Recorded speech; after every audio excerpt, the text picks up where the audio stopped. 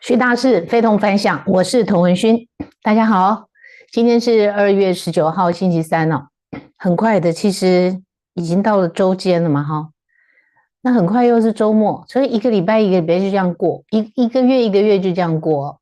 但是今天是川普就职啊，满一个月，满一个月怎么这么辛苦啊？我觉得这一个月过得好慢哦，为什么？因为太多事情发生了嘛哈。那所以我觉得今天就热热闹闹的，我们就来谈这个通俄门好了。因为其实，在去年我们开始分析川普这场大选是赢面多还是输面多，最后我觉得用什么？用常识来判断。你用常识来判断川普所提出来所有的政见，你用常识来判断川普会不会选上。果然，川普选上之后，他也说他要用常识来治国。所以常识是多么的重要，人应该要具备常识，而不是用一些扭曲的东西。谁做了研究，然后什么样的智库，听起来都很有学问，那统筹起来的，那 garbage in 就 garbage out 嘛，哈。所以我们今天来看通俄门的问题，很清楚的看到川普的他的整个策略，这个战略布局呢，非常的简单。其实从他上一个任期，他把中共当作是他的头号的敌人的时候，是美国首要防范的敌人的时候，其实普丁在2019年也这样子公开的说过，就是当时他为什么要去攻打乌克兰，他曾经对他为什么要攻打乌克兰也做过解释。那时候也有媒体去采访他，他重复讲一件事情，他说俄罗斯不是美国最大的敌人，俄罗斯不是美国的敌人，中共才是你的敌人，你应该盯紧习近平而不是盯紧我。然后就用那个阴恻恻的他这个微笑哈。好，那所以川普其实在上一个任期他就非常的清楚，不能够让俄罗斯跟中共结合起来。如果这两个国家结合起来，他们拥有的核弹、核子武器有多少？再来，他们在中东的影响会有多么的严重？那世界局势当然不可能稳定。作为一个不喜欢战争的总统，所有的美国总统，包括雷根在内，他反共，但是他更反核战。那所有担任美国总统反对核战，他要怎么消弭核战的风险？这就是我们一直跟大家讲，去把 turning point 转捩时刻应该要把它看完。那转捩时刻其中有一个非常关键的东西，就是二战结束之后，德国被这样子蜂拥而至的，都说我有参战啊，我也牺牲很大啊，那所有人都来分大饼，就把德国切割成4块。美国受到这样一个教训，所以才会在太平洋战役上面加速要结束对日的战争，希望日本可以赶快投降，这个会促成2颗原子弹投递在广岛跟长崎的主要的原因。那这一次在乌克兰战役上也一样，你们都撒手不管，要我们出钱出力的，那你现在要结束这场战争，你们通通都蜂拥而至，中国也要来分，欧洲这个各国也要来分，他不管你了，我就在沙烏地阿拉伯，我就开大会，我就跟俄罗斯开启了怎么样启动这样的一个和平协议。那乌克兰呢？泽伦斯基在第一时间也飞而至啊，也到了沙烏地阿拉伯。他说啊，没有我们参与的这个谈判，我们不承认哦，我们不会接受哦。我们待会可以来分析，乌克兰有没有这样的一个手腕，还是说他有这样的一个国际的地位，他可以呛瞎说，不管你今天俄国跟美国谈出怎么样一个协议，我不接受。你拿什么东西来不接受？你总要说出一个1、2、3、4。你如果说不出来，其实我觉得那不过就是乌克兰早就已经跟川普达成了一定的协议，所以川普是先跟谁谈？先跟泽伦斯基谈，才去跟普丁谈的，不是吗？所以他先抵定了泽伦斯基，再去抵定普丁，那个顺序是有次第的，那顺序很清楚。所以现在泽伦斯基扮演一个苦主的角色，可是转眼他说，如果我们真的在沙烏地阿拉伯达成一个协议的时候，请问泽伦斯基可以说我不接受吗？做不到嘛，不可能有这个选项，绝对做不到的。所以他最后还是会签下协议，只是这个协议是不是之前川普就已经跟泽伦斯基协商好的，让泽伦斯基既在国内可以有办法下台，让国内的民众可以接受，也让普丁可以接受。所以现在绝对不是讲话去刺激普丁的时候，不是吗？然后他在第一任期，他为什么要这样做？为什么要打好跟普丁的关系？就是因为中共才是问题嘛。普丁的问题很容易解决，只要控制国际原油跟天然气的价格，然后欧盟不要一味的觉得贪图便宜，一味的去跟俄罗斯去进口石油跟天然气，那控制你的经济就控制你的军事，俄罗斯的问题就解决了。他只要不倒向中共，世界太平，他们就可以抽出手来，非常的有闲情逸致的，好好的来调理中共。而调理中共不是说我要把你打倒，中共乱起来对全世界哪一个国家都没有好处。一堆难民要外逃，你要人道主义，你要怎么解决？周边国家会全部通通都乱起来。所以要怎么解决中国的问题，我们可以一步一步来跟大家分解。可是我们先讲为什么要联俄反共？联俄反共当然是必要的。你任何看得懂这个兵棋推演、有策略的谋略家，当然是要联俄反共，不是联俄容共。所以当时孙中山在中国打着联俄容共的旗帜啊，这完全是错的。应该是要联俄反共，可是我们没有办法说，哎呀，后见之明，当时没有人知道中共是那么一回事，所以觉得最好的策略就是联俄容共，那也是万不得已，因为要对抗北洋政府。那其实北洋政府当时主张的是三权分立啊，不是孙文的那个什么五权宪法，三权分立反而比较正常的一个国家。总之那段历史已经过去了。可是我们今天重新来看川普的布局的时候，他当时为了能够联俄反共，他受到多少的污蔑？有民主党发动调查，然后后来事实证明，那些所谓的联俄的通俄门啊，大部分的资料都是假的。那有一些呢，根本无法判别真假的，那都来自单一的讯息。那一看就是假的，因为都跟川普竞选的人有关嘛，要么就是那个希拉蕊、克林顿的阵营，要么就是来自民主党。所以我们先看一个新闻啊，这个就是当时通俄门啊翻案，就是华盛顿邮报呢道歉，不但正式道歉，而且还更改了他当时呢所做的一些错误的报道哈。那些错误的报道到底讲了哪些事情呢？事实上，在去年我们一直开始在讲川普的那个选举整个选情的时候，有一堆人一直来留言啊，说这个战争是乌克兰挑起的啊。如果说北约不东扩的话，那俄罗斯就不会西扩，可是没有道理。那你这个时间要切到什么地方呢？那北约在1949年成立的时候，就是因为那时候的苏联西扩啊，所以才会有北约啊。如果苏联不主张扩张主义的话，那根本就不会有北约的存在。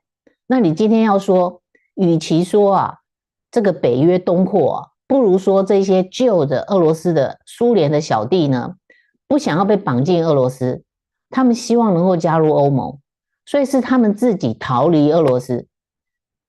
就是当时在颜色革命的时候，1989年六四天安门，中国自己没有走向民主，可是促成了东欧的整个解体。那这些东欧的国家想要逃离现在俄罗斯的体制，那与其说是北约要东扩，不如说是这些人要逃离嘛。好，那我们来看这个华盛顿邮报哈，这怎么道歉呢？这也是我们今天的封面的相片哈。当时呢，华盛顿邮报他就公开道歉，他引用的错误的讯息哦，然后更正大部分的报道。那川普呢，那个时候是2021年的年底，那川普拿这个华盛顿邮报的这个报道呢，道歉的报道呢，非常的开心。可是那个时候他已经不是总统了，2021年了嘛，哈，年底了。好，那内容是什么呢？他错误的讯息啊浮上台面，就在11月12号，2021年的11月12号，华盛顿邮报罕见的公开认错，他承认啊，2016年不当的引用未经证实的资讯，大幅的报道川普的通俄门事件。但这些资料呢，后来都被证明，就是说，不但不能够证明是真正的，好，所以他必须要删除大部分的当年的报道。其实这个时间非常的长，一直到2016年开始，一直到2021年，华盛顿邮报道歉之后，事实上在这一次的大选里面，通俄门又重复的被谈到，包括这些资料早就已经被更正了哈，仍然重复被谈到。那总共有哪些东西呢？那个就是有一个叫做 BuzzFeed 的这样的一个新闻发布，一份那个民主党委托的，是叫做Fusion 的 GPS 调查报告，叫做史蒂尔档案哦。那这个史蒂尔档案呢，包括很多所谓的川普的黑暗历史，包括他招妓啦，以非法的方式取得房地产交易啦，甚至指控俄罗斯政府涉嫌通过攻击民主党干涉美国总统大选。目的就是要让川普当选，这个在当时引发舆论的一片哗然嘛，所以被称为是通俄门。那我们今天来看，川普当选对俄罗斯是好事吗？不是啊，所以当时普丁不是说他支持谁？他支持卡马拉啊，因为卡马拉哈哈大笑的时候，他觉得很愉悦嘛，他吃卡马拉豆腐啊，然后他当然不喜欢川普，因为川普不可测啊。然后川普一上来之后，果然压着俄罗斯必须要坐上谈判桌啊。他有没有把他逼上谈判桌？他真的做到了。那为什么过去3年拜登民主党政府做不到呢？是不是？好，所以在针对俄罗斯有没有干预美国总统大选这件事情啊，奥巴马在卸任之前，他签署了一个行政命令，那显然是刻意的哈。2016年的12月，他驱逐了35名俄罗斯的外交人员。可是这个国际的深层政府为什么让俄罗斯变成是美国的头号敌人呢？其实无非就是要稀释中共的角色。其实中共才是头号敌人，但是他要稀释这件事情，所以就夸大了俄罗斯的角色。好，所以这里面也同时谈到当时的联邦调查局局长啊，穆勒啊，他出任司法特别检察官的时候，竟然开始调查本案，而且在22个月的调查之后，他根本就是川普提名的，不是哦，他是因为是在前一任被提名的，所以这个穆勒呢，但是川普并没有开除他，他还是继续在任。他提出了一个448页的调查报告，然后指出俄罗斯呢认为川普对其比较友好，所以确实有意介入美国2016年大选，让川普当选哈。然后呢，这根本就是后来根本没有证据啊，说川普的团队跟俄罗斯有任何的共谋。好，所以呢，这个报告无法就川普是否犯罪得出结论，可是呢，也没有办法证明他无罪。这什么话啊？这个人没有必要自证清白啊。既然无法得到他有犯罪的结论，那他就是没有犯罪啊。好，所以这个通俄门啊，整个花了政府多少钱呢？前后耗尽了这个2500万美元，然后这个档案内容不但没有被证实，而且呢，很多内容被指控是不实的。然后又在这个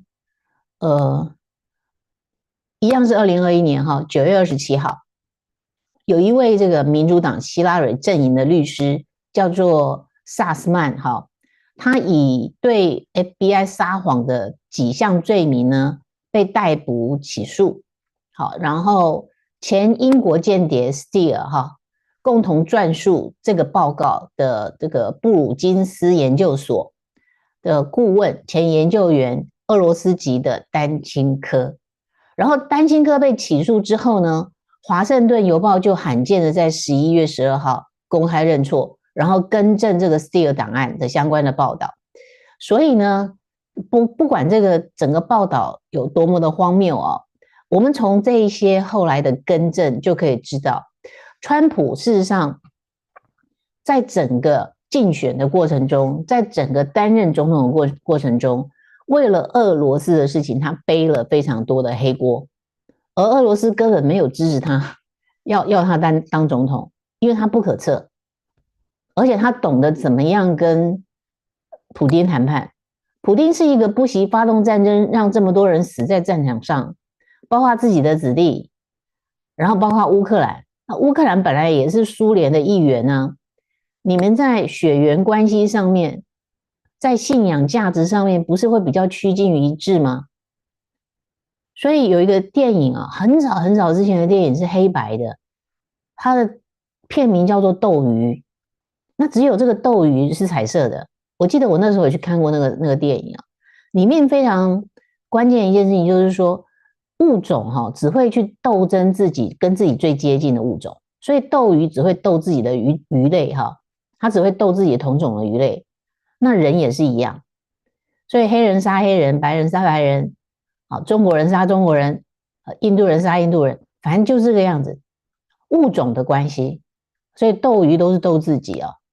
那俄罗斯跟川普的这种爱恨情仇啊，我们可以从这一次川普一上任才刚满1个月，他就动手要解决俄罗斯的国际地位。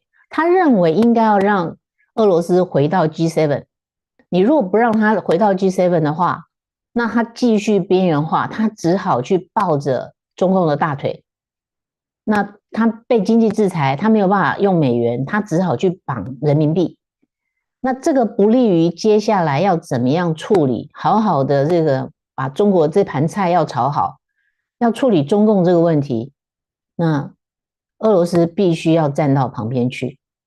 所以要让俄罗斯站在旁边去，最好的方法就是把它拉拢到我们自己的阵营。那当然就要先解决乌克兰战役的问题。好，那乌克兰战役呢，我们就来看看，会攻击川普最严重的绝对是《纽约时报》了哈。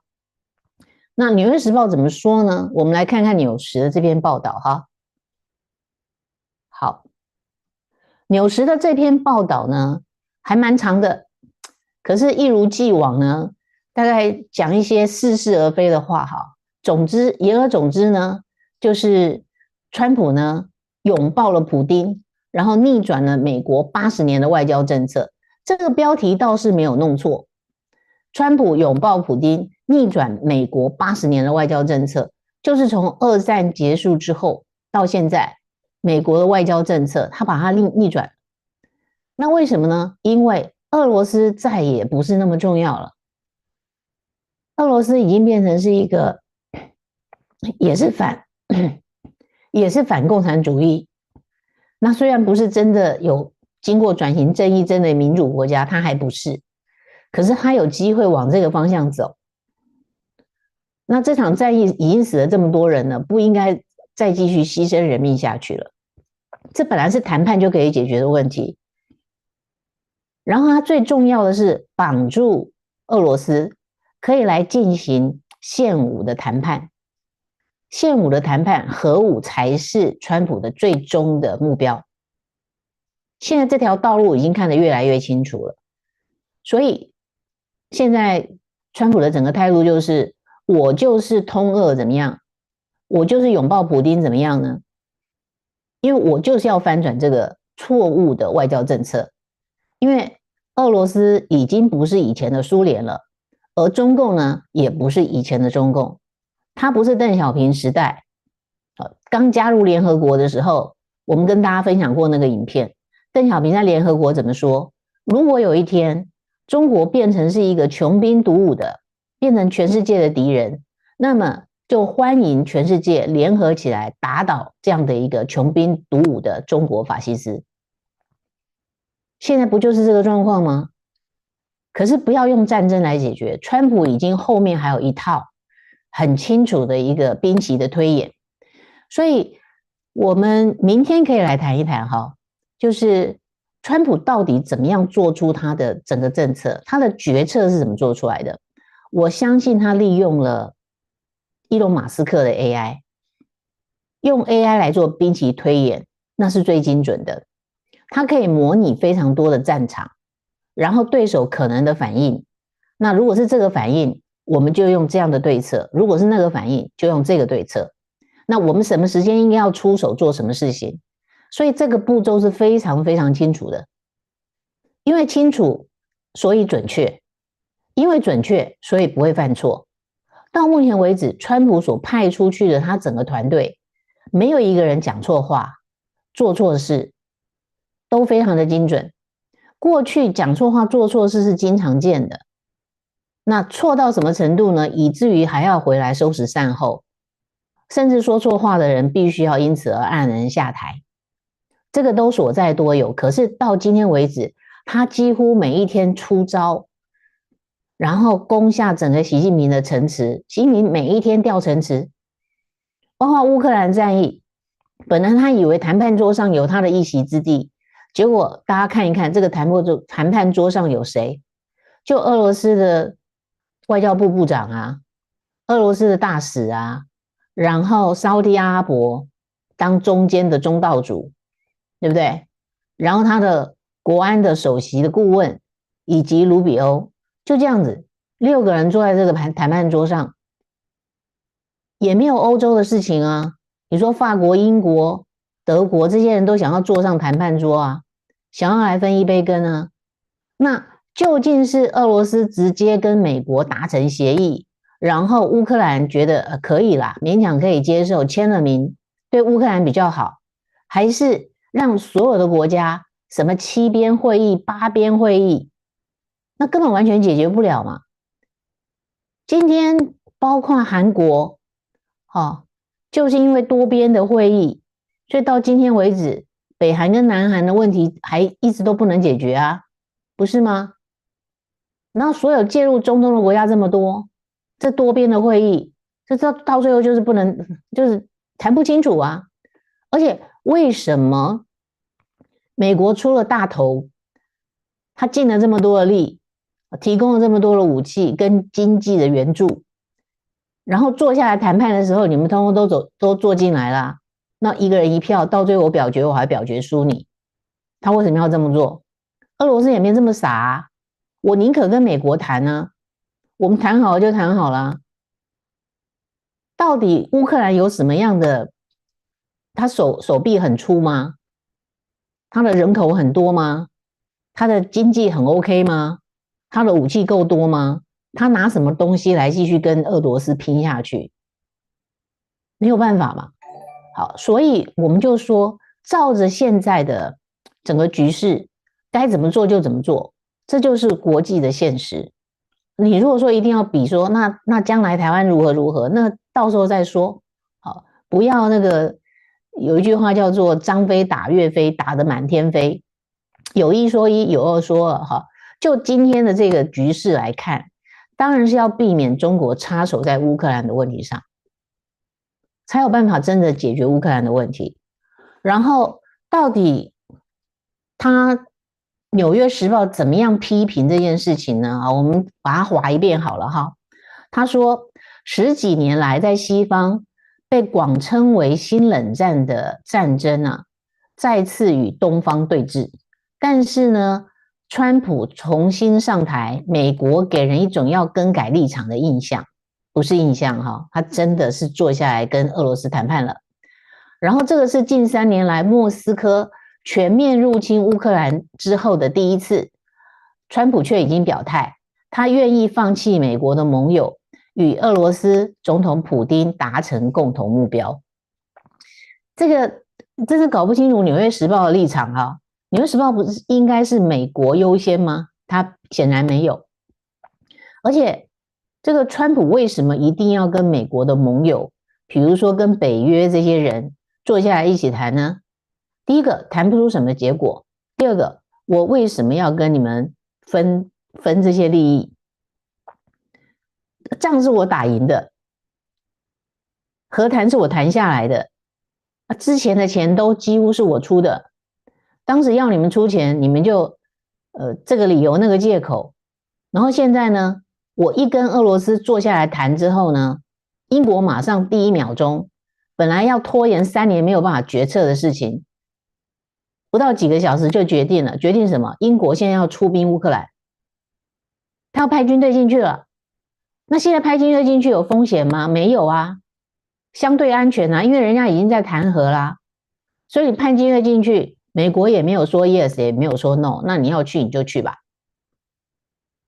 然后法国也是啊，在那边滴滴嘟嘟的，德国呢也是被逼得没有办法了，才说我们要增加对乌克兰的军事的援助，不都是这样吗？每一个人都老谋深算的，吃这个啃美国的骨头已经可能非常的习惯了，不让他啃，他还要抱怨你2句，这样叫做放弃美国的盟友吗？真的蛮有趣的哈。然后纽约时报继续批评，他说啊，从川普来看，俄罗斯不应该为这场摧毁其邻国的战争负责，相反的，他认为乌克兰应该要为俄罗斯入侵乌克兰负责。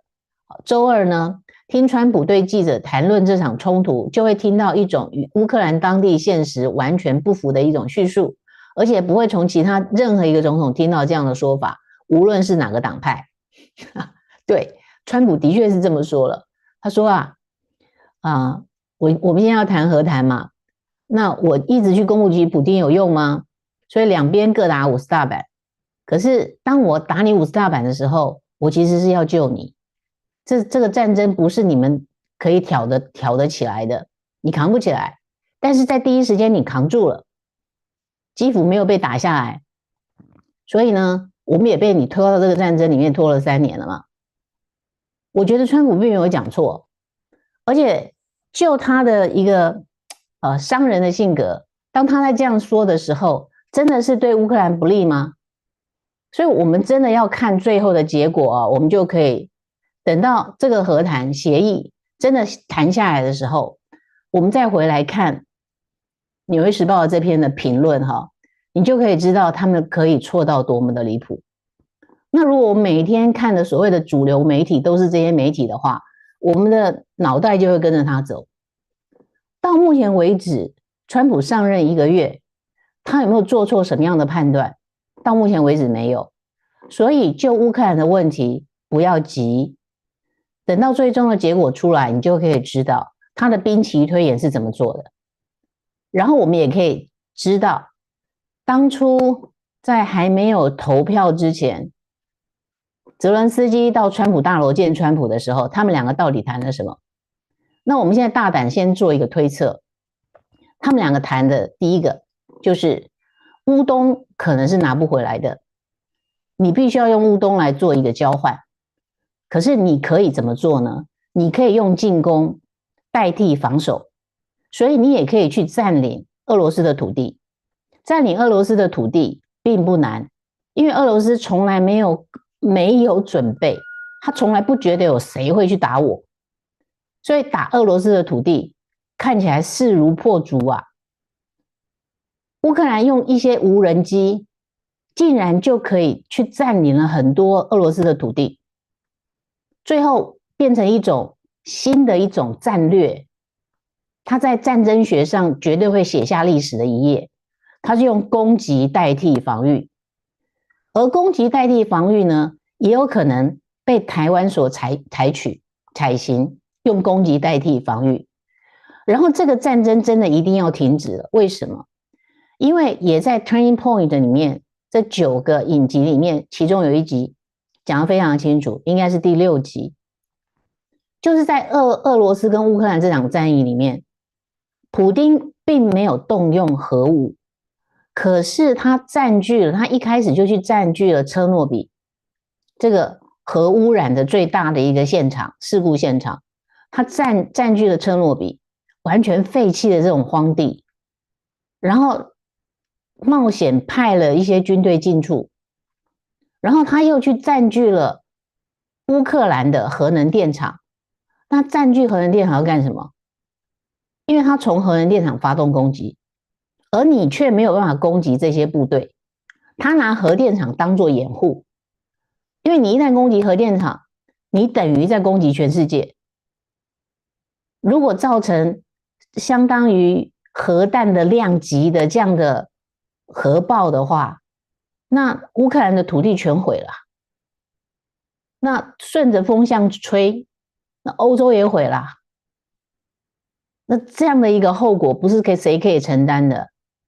所以普丁在打一种非常可怕的战争，而他占着车诺比，他要干什么？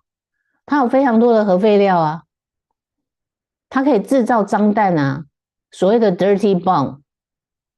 所以制造脏弹，这个也是台湾，因为我们有高阶的核废料，这是台湾也可以有机会可以制造这样的弹头嘛。所以这个是你攻击我就攻击你的村庄啊，是你在攻击我的村庄吗？哈，那为了要防止核武发生，川普不得不出手啊，而且他遵照他选前的承诺，他上任之后他就要马上着手这件事情。然后一开始在前2-3个礼拜，还有一人在消遣他，你不是说你一上任，普丁就会坐下来谈判吗？也没有啊，看起来这场大战争没完没了，要继续打下去啊？没有啊，有啊，他真的坐下来谈判。你以为让俄罗斯愿意坐下来谈判是很简单的事情吗？这个有非常绵密的一个整个兵棋的推演。如果中东不是已经底定下来了，然后他的页岩油的问题，他已经签署了嘛？那电动车跟石油车、汽油车，你们就齐头并进，你们爱买什么车就买什么车，石化产业继续发展，继续投资，然后还要降低国际的石油跟天然气的价格。那普丁这边也有盘算啊，如果我经济不行的话，那我什么都不用谈嘛。打到现在，虽然冬天已经要过去了，可是从乌克兰现在的打法，他用无人机一直攻击他的所有的炼油厂，再打下去啊，他真的可能，他从俄罗斯的内部就会发动要罢免他或是推翻他的这样一个势力了。所以局势要变更，局势要更改。那所以川普现在的整个做法其实很简单，就是拉拢俄罗斯，把俄罗斯往西方的阵营拉过来。所以这个以双头鹰为标志的国家呢，当它往西方的价值靠拢的时候，乌克兰和平，土地属于谁不是那么重要。这年头啊，真正重要的不是领土，真正重要的是你的技术，你的资源 AI。 所以有虚拟的货币，有虚拟的空间，真正的价值是在脑袋里面的智慧财产权，再不是在上个世纪所增值的、所争的这些物资。这个要翻过时代的那一页，那最终的目的还是避免人类会陷入核战。因为一旦进入核战的话，那种悲惨是超乎我们想象的。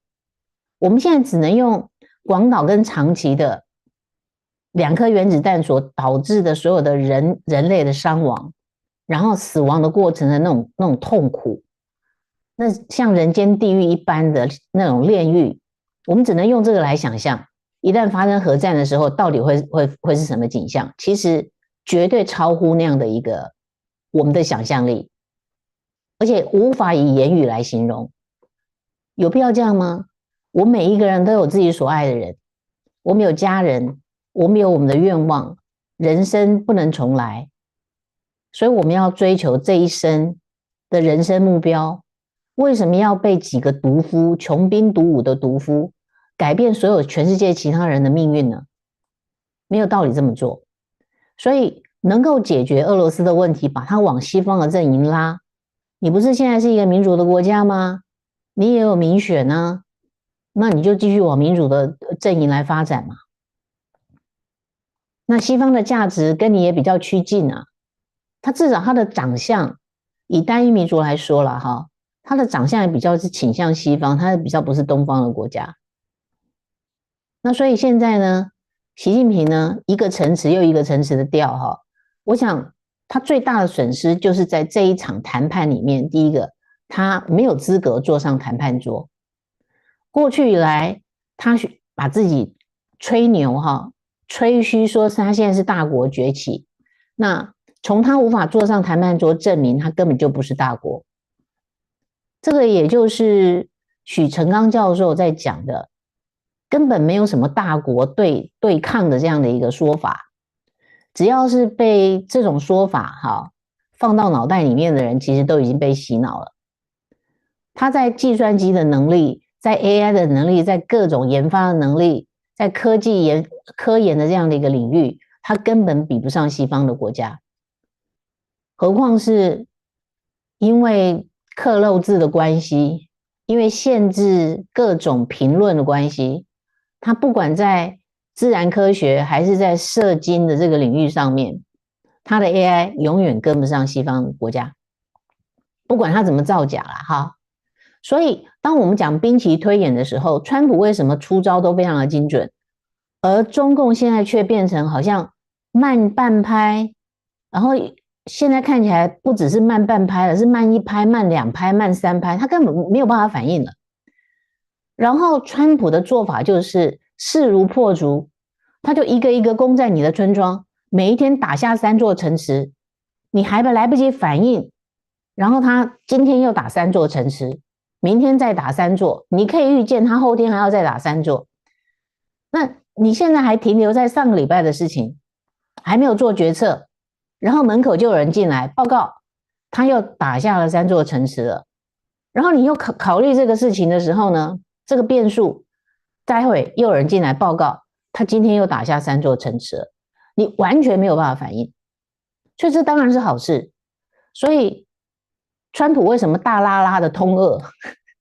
第一个，他的通俄门早就已经被证实是错的，是假的。那所以你会继续批评我，我仍然我要改变过去80年来美国的政策，因为现在的俄罗斯不是过去的苏联。然后我们要现武谈判，必须要先把俄罗斯拉到谈判桌上，然后呢，我们2个人共同逼着中共必须要坐上谈判桌，现武才是对的。你现在经济都已经过不了关了，你还要穷兵黩武，继续去投入这么多的军事的准备，那为什么要打仗？没有人要进攻你的国家啊，有人要去攻打中国吗？有人要去攻打俄罗斯吗？没有啊。那有谁要去攻打美国吗？要去占领美国吗？没有啊。我们为什么要花那么多钱在军备上面呢？我们不可以把这些钱拿来改善我们自己的国民的生活的水平，我们改善全世界人的健康，我们去改善水资源呢？过去以来，中国变成是世界工厂之后，它的空气、阳光、水，通都被摧毁殆尽了嘛。所以以前叫做什么国破山河在啊，现在不是啊，现在是国在山河破。这个问题不用解决吗？你应该把大量的钱去把被污染的河川这些淤泥全部都挖出来，去整治这些河川嘛，恢复大好山河啊。你干嘛要去穷兵黩武？到底有什么理由一定要穷兵黩武？完全没有道理。放掉这些意识形态，以人为本，这才是全世界之福哈。所以现在川普呢，我通俄啊，你奈我何，对不对？我就是要通俄，要一通到底，没事人在一边哈，谁都别想来分一杯羹。这就是今天跟大家分享的主题。好，今天是单一主题，好，跟大家分享到这边，然后看看大家有什么留言，有什么问题。OK， 我们先要谢谢哈，谢谢千鸟斗内送书费汇集，谢谢。好，非常谢谢千鸟。好，非常感谢水冷静，哈，谢谢你的支持，谢谢董内。好的，为什么要美国出头有欠欧洲吗？的确没有啊，然后有人说，为什么要讨好普丁啊？我觉得是这样子哈，台语有一句话叫做“美在赢叫够赢威”，就是说你不可以赌博赌赢啊，你嘴巴还要得理不饶人。所以你如果赌博赌赢了，你要说什么客气话？你要说承让啊，就是说今天这个可能运气比较好一点啊，你也不可能说对方运气不好，他都已经赌输了，霉运当头了，你还说他运气不好，他当然不爽。所以不可以赢了赌，你还要赢话，别再牙掉过牙威哈，就是这样子。你都已经逼他上谈判桌，你还要赢话吗？没有必要。所以你看你要的是里子，你还是要面子。所以你顾了普丁的面子，但是赢得是乌克兰的里子，那我想这是最好的结局。而且就川普来说，他会不会保护乌克兰最大的利益？没问题。他说，只要你签下一个同意，我们矿产要怎么样处理，你反正你也没有能力开发，我有能力开发，然后开发的利益我们怎么样来分配？我只是为了要避免因为稀土的问题，所以我们被中共所控制了嘛。那既然你有稀土，一切好谈。为了保障我在乌克兰的利益，我愿意出兵，我就驻守在乌克兰，我保证俄罗斯不会再打过来了。这对乌克兰不是最好的结果吗？包括战后的重建呢，很快就可以重建啊。那因为这场战役，美国驻兵在乌克兰，让俄罗斯再也不能打乌克兰，有什么比这个更好的买卖吗？如果说今天川普出面跟这个习近平协商，说我们今天来和谈，然后呢，台湾把阿里山的神木跟这个川普交换好了，他当然是说笑话了啊。然后川普负责派兵在台湾，保证这个和谈的协议可以执行，然后中共绝对不会打过来，然后我们就可以努力去发展我们的经济啊，我们应该要恢复我们的人口啊，我们出生率全世界倒数第一啊，你觉得这有什么问题吗？有什么不好吗？那这个当然细节不是这个样子哈，我接下来会讲一些会让大家觉得非常奇怪的一些观点哈，这个我们慢慢一步一步来发展，就说等到俄罗斯的问题解决了，乌克兰问题解决了，中东问题通通都解决了，天下太平没有大事，那不可能啊，我们要续大事，对不对？这还是有大事啊，就怎么解决中国的问题？你说解决中国问题，他现在并没有中产阶级崛起啊，那继续是习近平穷兵黩武，那所以我们今天就真的让以色列出兵，好，然后让领导先走，这是好事吗？这个我们也可以辟一集专门来讲哦。有一种东西叫做好用的笨蛋，大家可以留言，我问问大家的看法。就是说我曾经做过一集哦，我认为现在看起来，习近平是最好终结共产党的人选。他认真的想要把社会主义、共产主义推向全世界，可是他却是最好的终结共产党的人。那这种人选是百年一遇啊！如果今天还是邓小平在位，还是说是之前的江泽民或者胡锦涛，他们都不会这么做，他们会韬光养晦，对不对？他们不会这么做。那所以在习近平的任内是很有机会可以一次把整个中共结束瓦解的。那你是要把它干掉，你还是要保留它？保留它，先控制住中共这一些各大山头，对不对？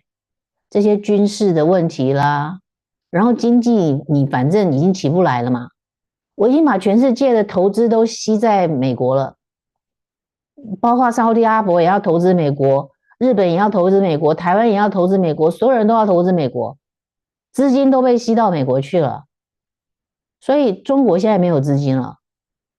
那既然他没有资金，他还能够做什么？什么都不能做啊。那你是说等着中国民众来反抗，然后来推翻这个政权吗？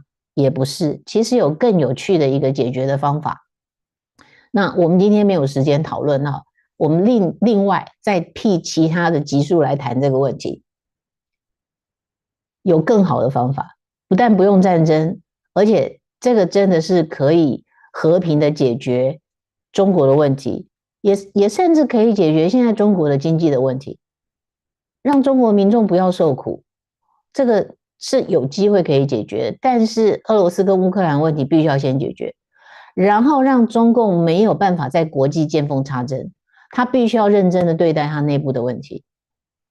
所以最近最近习近平不是找了一些名气开大会吗？6年前开一次，现在又再开一次，有没有用？没有用。而且我还发现说 TVBS 啊很有趣哦，专门做了一集，在抨击这个习近平召集的这些名气一起开会啊，抨击这件事情说，那这个不是又一次的，你还是主张国进民退的话，你只是在割韭菜，不是吗？连 TVBS 都会做出这样的一个攻击的这种论点，做出这样的一个专题哦，可见得那个习近平这一次所做的这样的一个努力，应该是完全没有效果的。好，所以说这个是总加速师，不是开玩笑的哈，没有错，的确是总加速师。啊，时间已经到了哈，就应该要怎么解决就是解决啊。好，T 台已经开始转弯了，哥哥静阳有发现吗？好，麦克说中俄联手有什么好害怕的？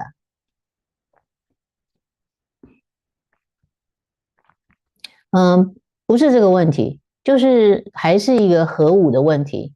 你今天说因为一个乌克兰拖住了俄罗斯嘛，那关键是美国任何一个总统都要解决这个问题，那怎么解决，在谁手上解决就非常关键了哈。好，嗨 Rafi 参与直播哈，你不可以挡住镜头啊，你可以参与直播，但是你挡住镜头是不行的。嗨 come here，come here，来来来，不行，你的屁屁被大家看到了，哎呀，你的屁屁被大家看到了，不可以把屁屁露给别人看哦。好，这是不礼貌的，好，原谅我们不礼貌的行为。好，那今天呢，就跟大家分享到这边哦。好，哈，怎么办？待会要不要剪掉？不雅照啊。好，那今天就跟大家分享到这边。我们明天呢，谈一个比较有趣的话题好了，就是其实很少媒体真的深入分析这件事情哦。可是这件事情真的非常重要，它可能是台湾改变国际地位，甚至台湾著名可以自觉的起手式是什么呢？就是石破茂去访问美国，跟川普所发表的这个联合声明。这个联合声明有多么重要呢？有朋友传给我一个这个日本的媒体所做的一个分析，有10分钟，那我也会在明天的节目里面跟大家分享，我觉得非常的重要哈。那明天我们就来谈日本是不是也跳出了战略模糊的时代，进入战略清晰的一个时代呢？好，我们明天见，拜拜。